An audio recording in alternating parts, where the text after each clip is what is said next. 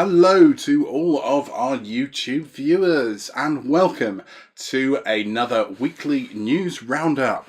I am your host Dominoid and I will be guiding you through some of my favourite stories of the last 7 days. So without further ado, let's play that jingle.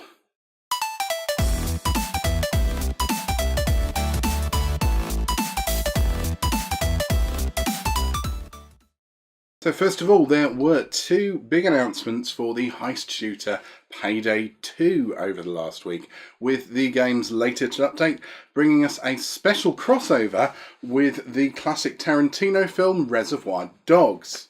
Given the similarity of the settings of the film and the game, it could be an obvious pairing, although not one that anybody had previously expected. We are expecting to see characters from the film appear in-game, as well as Tarantino's trademark non-linear style. It is a free update and it is available for all players of the game right now. As well as that, the release date for the Nintendo Switch version of the title has now been set.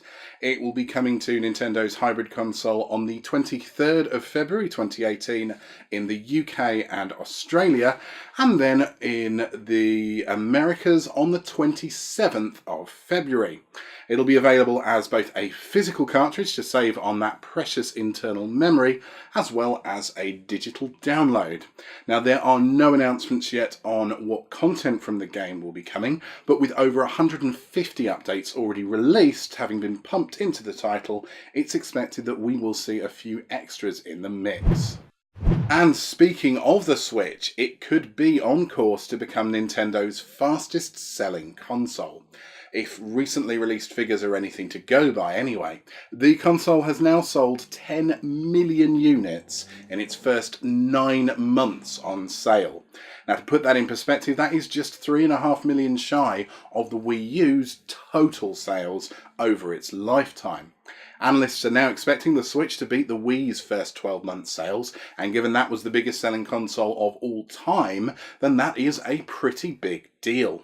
It's got a long way to go to beat the Wii's 100 million sales over its life, but nonetheless 2017 has been a very good year for Nintendo.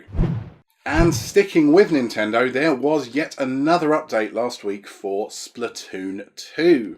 Hot off the heels of the new rude-sounding Clam Blitz mode being added to the game, fans of Nintendo's Ink 'em Up can now play on a new map, or at least new to players of Splatoon 2.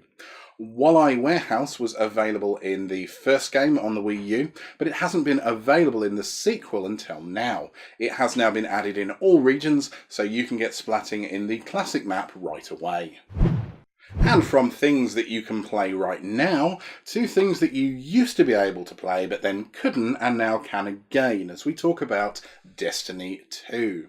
With the release of more Curse of Osiris content, Bungie have also released a new update to Destiny 2, with one of the main features being the restoration of content that had been locked out for players not owning the expansion. Bungie are claiming that the lockout wasn't intentional, and after some upset from fans of the game, it has been quickly restored. As well as that big change, there are some new items included, and a number of bug fixes, including a nerf to the somewhat broken Prometheus Lens Trave Rifle. The downside of this content being rolled out, though, is that players waiting for the next faction rally will be waiting just a little longer, as that has been pushed back. Also waiting a little longer will be anyone hankering after more Ni no Kuni, as Studio Ghibli's second home console crossover with Level 5 has been delayed. Ni no Kuni 2 Revamped Kingdom was expected to be released on the 19th of January, but there's just not enough hours in the day, it would seem, and the developer needs some more time to polish it. Akihiro Hino, Level 5 president and the game's director, made the following comment. With innovation and new ideas come the need to ensure everything works together in a fun and cohesive package. This means we'll need a bit more time to make sure the entire Ni no Kuni 2 Revenant Kingdom experience meets Level 5 and Bandai Namco Entertainment Inc.'s high quality standards. There won't be too long to wait, however. The title will now release on the PlayStation 4 and PC simultaneously on the 23rd of March 2018. Also coming in 2018 is another Pokemon game on the 3DS. This time though, it's not a new title, but another classic re-release. Pokemon Crystal is making a return early next year as it becomes the latest Pokemon game to get the eShop treatment on the 3DS family, with a release date set as the 26th of January 2018. The Game Boy Color title from 2000 will be enhanced with wireless support and Pokemon Bank compatibility. This means players will be able to transfer Pokemon from this game to the later ones with ease. Also, by using the time capsule feature, players will be able to both battle and trade with Pokemon Red, Pokemon Blue and Pokemon Yellow Special Pikachu Edition, which are all also currently available on the 3DS eShop. And there is another classic game getting a remaster with the 20th anniversary of PlayStation 1 classic Medieval. Sees the game come to the PS4 in 2018 in a remastered version. You can expect a complete rebuild from the ground up, just like we saw with the Crash Bandicoot series earlier this year. And if the success of that game is anything to go by, then this could be something very special indeed. There is no release date announced as of yet, but as soon as we know, we will let you know too.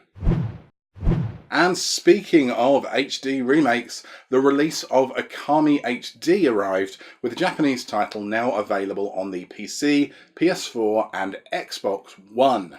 But it's not just shiny new visuals on a deeply charming game that players will be getting. Oh no, alongside that, anybody purchasing the game on PC will be getting a new courier for Dota 2, with Amaterasu being available in the MOBA for anyone who owns both games.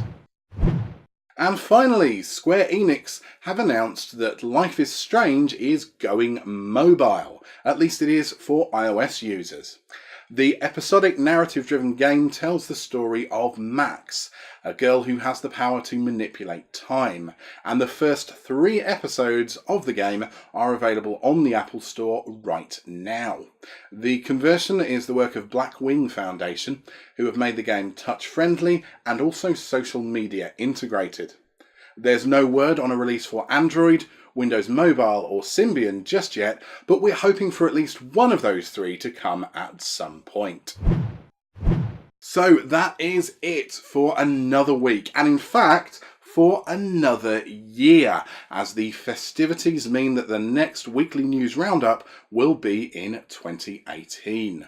There's still more great content to come from GameGrin though, including our end of year special here on YouTube and our Advent giveaway over on the main site, where we're giving away a game every day until Christmas.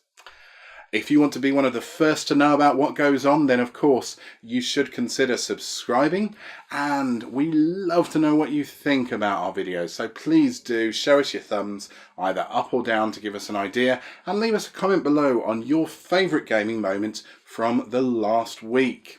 I have been Dominoid for GameGrin.com. This has been the weekly news roundup, and I will see you soon. Until next time though, game on.